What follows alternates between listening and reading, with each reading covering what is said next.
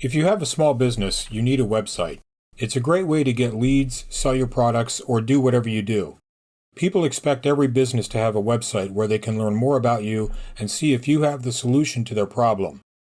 Your competitors all have websites. If you don't, they're taking business away from you. Or maybe you already have a website, but it's one of those free ones and it just sits there doing nothing for you. You know you need a professionally built, marketing-focused website, so you've decided to hire a designer to build it for you. In this video, I'll give you some tips for finding the right designer and getting your money's worth. Before you can hire a designer, you need to be clear on what you want the site to accomplish. Here are some common reasons people give for having a website. Someone told me I needed one. To have an online presence. To impress my friends. Or to show off the latest cool effects. All of these are baloney. A business website has one goal: making money. An effective website can increase your income by a lot, but a poor site will cost you money. Depending on your business, how your website can help you make money may vary. For most small businesses, the primary goal of a website is lead generation. If you have a service business, you need high-quality leads. Generating leads is basically free money. These are people telling you they're interested. All you need to do is follow up and close the sale. If you sell products, a website can radically expand your potential market. You can sell to the entire world if you want, and it's a lot cheaper than opening physical stores. Once you know what you want your website to do, you are much better able to communicate this goal to the designer. Another area where many business owners make a mistake is knowing what their site should include. The first mistake many people make is the number of pages their site should have. More is better, right? Wrong. Having separate pages for each thing is an outdated, old-school idea that actually makes it harder for people to find the information they're looking for. For lead generation, a single-page design is often the most effective, and it's usually cheaper too. If you are selling products directly from your site will need to have several pages, but try to avoid extraneous pages. Every page should be about selling. Besides the number of pages, many business owners get confused about the specific features their website should have.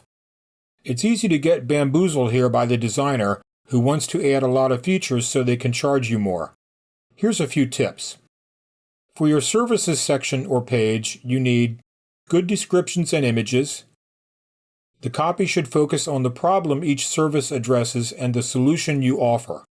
See your services from the customer's perspective. Stress how each service benefits the customer. If you make something, show it off with high-quality photos. Hire a professional photographer if you can. Here are some other useful features. An FAQ can be very helpful to making the sale. Think of the questions potential customers might have and answer them in advance. This goes a long way to easing people's doubts about hiring you. If your business serves the local area, a map is essential to your website. Maps are easy for the designer to implement. Make sure your address and phone are also clearly displayed on the site so people can enter it into their GPS. A photo gallery is a necessity for some types of businesses. Any business that makes something, whether that's wedding cakes, swimming pools, or custom car painting. Anywhere from 10 to 30 photos is good. Use only your best images. Don't include bad ones. Email marketing is one of the best ways to leverage your website for increased revenue, and it costs almost nothing. There are lots of companies that offer email list services. Some are free. You can use any of them. Whichever mailing list service you choose, make sure to sign up for the account yourself. Don't let the designer do it. This needs to be in your name, and it only takes a few minutes. Once you have the account, the designer will connect it to your site with an opt-in form. Video is a very powerful selling tool. You can use it to demonstrate your products or services or to establish an emotional connection to your customers. Here are some tips for using video effectively. Don't let the designer host the videos directly on your server. They should be uploaded to YouTube or another video hosting service and then embedded on your site. This reduces potential problems and ensures that everyone will see your videos correctly. Never set a video to autoplay. This is when the video starts to play automatically without the user clicking on it. This really annoys people. Let them control when to watch the video. If you want to have music on your site for some reason, usually a bad idea, don't set it to play automatically. Nobody wants to be at work and have everybody around them know they're not actually working.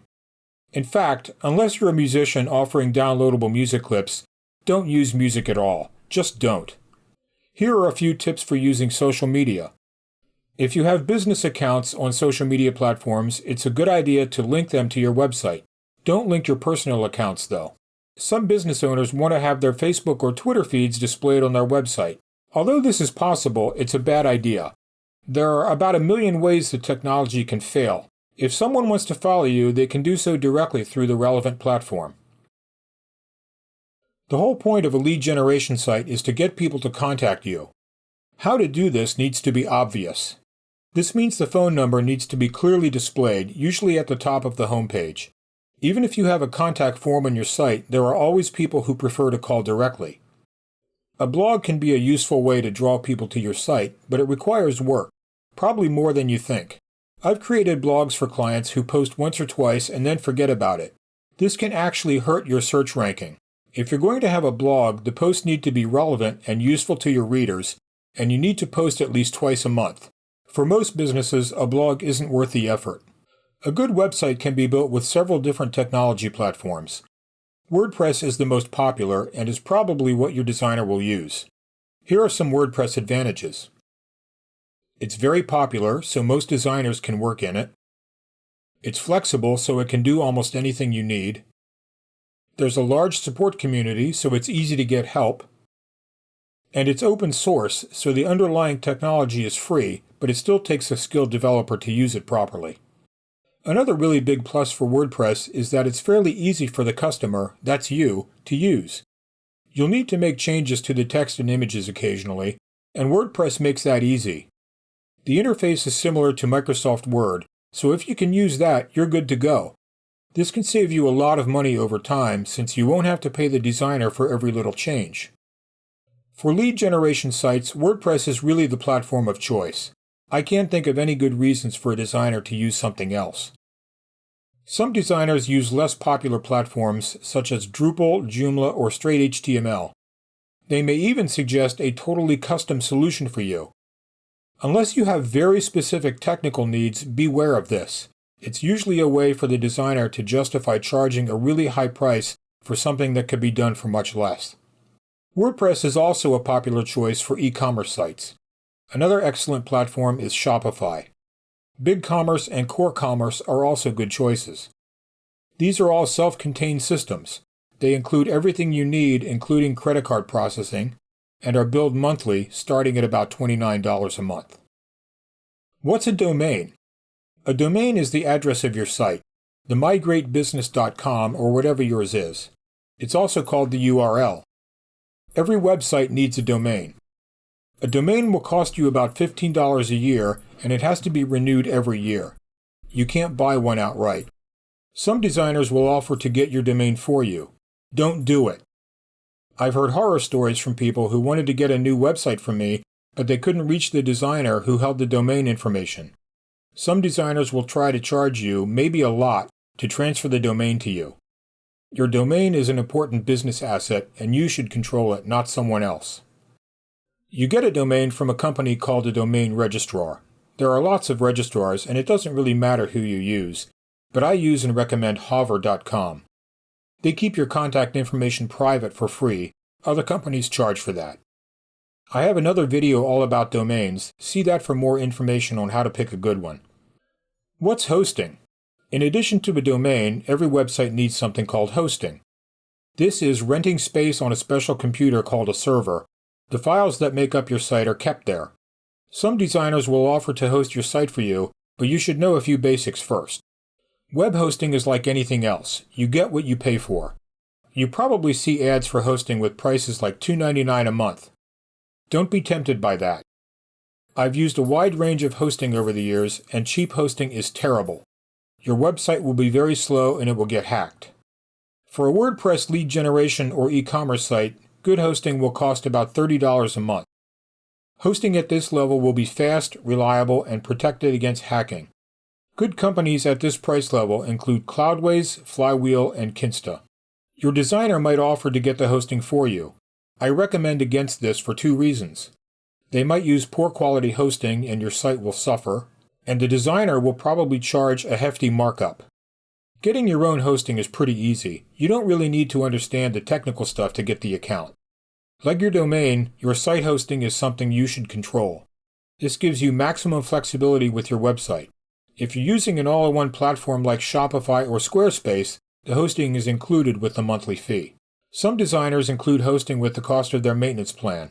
If your designer offers hosting, ask who they use. Pricing and payment. People often ask me how much a website costs. I hate that question. It's like asking how much a house costs without any more details. The prices for websites range from free to tens of thousands of dollars. Here are a few general guidelines. For a lead generation site, the cost should be somewhere between $500 and $3,000. I offer high-quality lead generation sites for $7.99.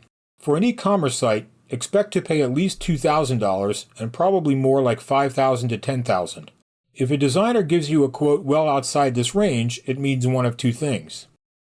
If the price is really low, they're not a professional and your site will be terrible, or they're in another country, usually India, and you'll never be able to reach them when you need to.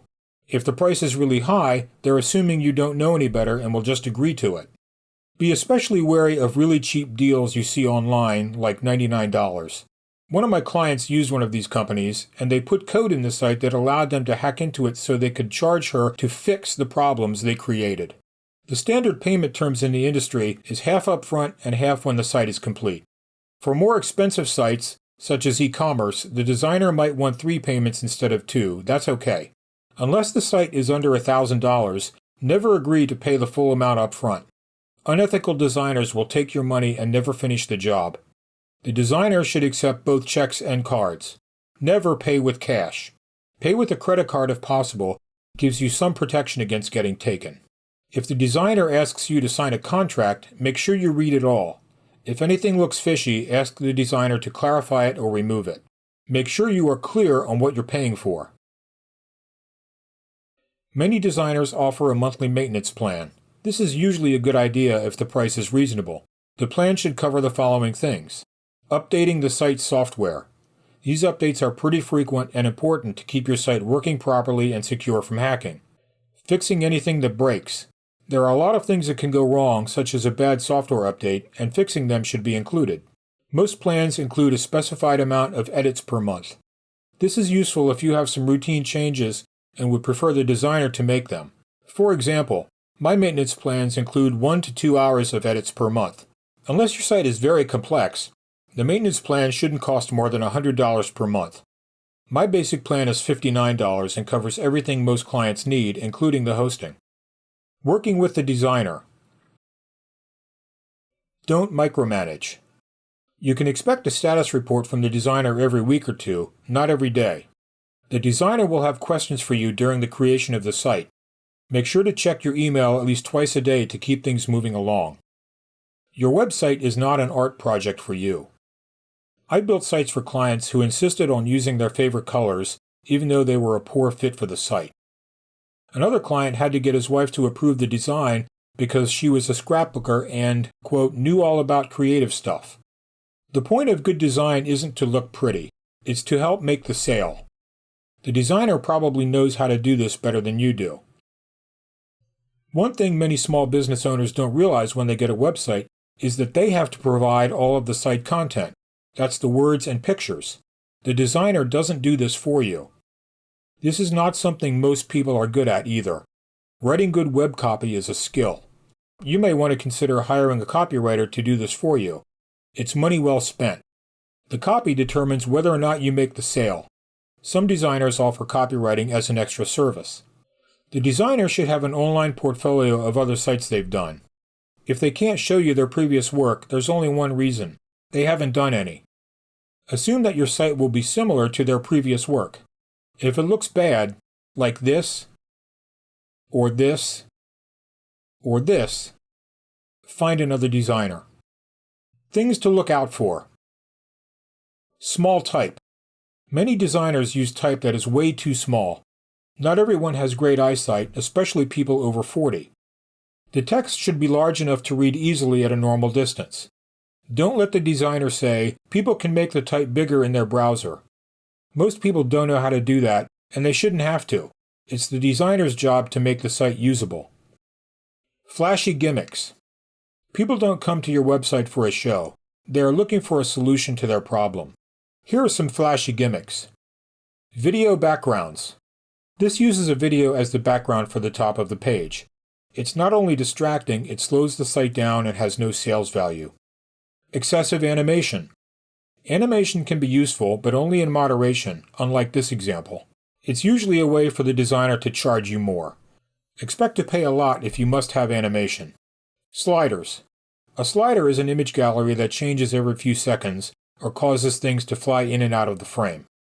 They're usually at the top of the page. They were popular a few years ago, but research shows that sliders have little or no sales value. Parallax scrolling.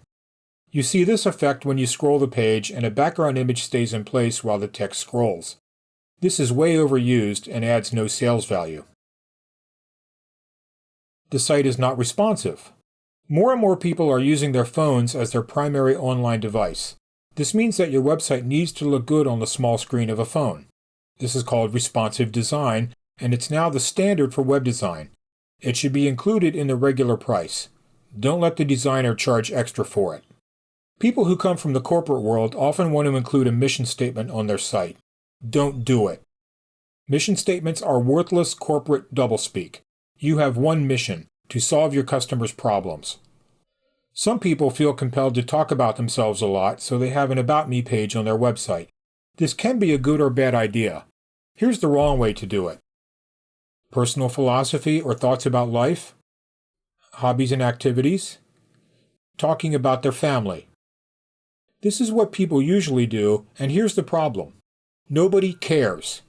Sorry to be blunt, but your life just isn't that interesting to other people. They went to your website to find a solution to their problem, not to hear about yours. The right way to use the About Me page or section is to see it as a selling opportunity. Think about what sets you apart from your competitors and use that as a reason why people should buy from you instead of them. If you got into the business to fill a need, say so in a way that emphasizes the problem you're solving. The importance of marketing. Whatever kind of business you have, even a nonprofit organization, your website is a marketing tool. The purpose of the site is to get customers, clients, donors, or volunteers, whatever you're looking for. Building a website that can do this requires some marketing knowledge. Unfortunately, most designers don't know anything about marketing. It's not part of their skill set. They can often build beautiful, elegant sites that impress people, but that's not what your site is for. It's for making money, and that means marketing. A designer who understands marketing will build your website to achieve marketing goals. This involves several elements: strong headlines, copy that gets to the point, effective graphics and video, and a persuasive call to action. A website built for marketing can actually be cheaper than one with a lot of flashy gimmicks. At Website in 1 Week, we build professional marketing-focused websites for only $7.99. If you need a professional, marketing-focused website that really works for you, but don't think you can afford one, go right now to websiteinOneweek.com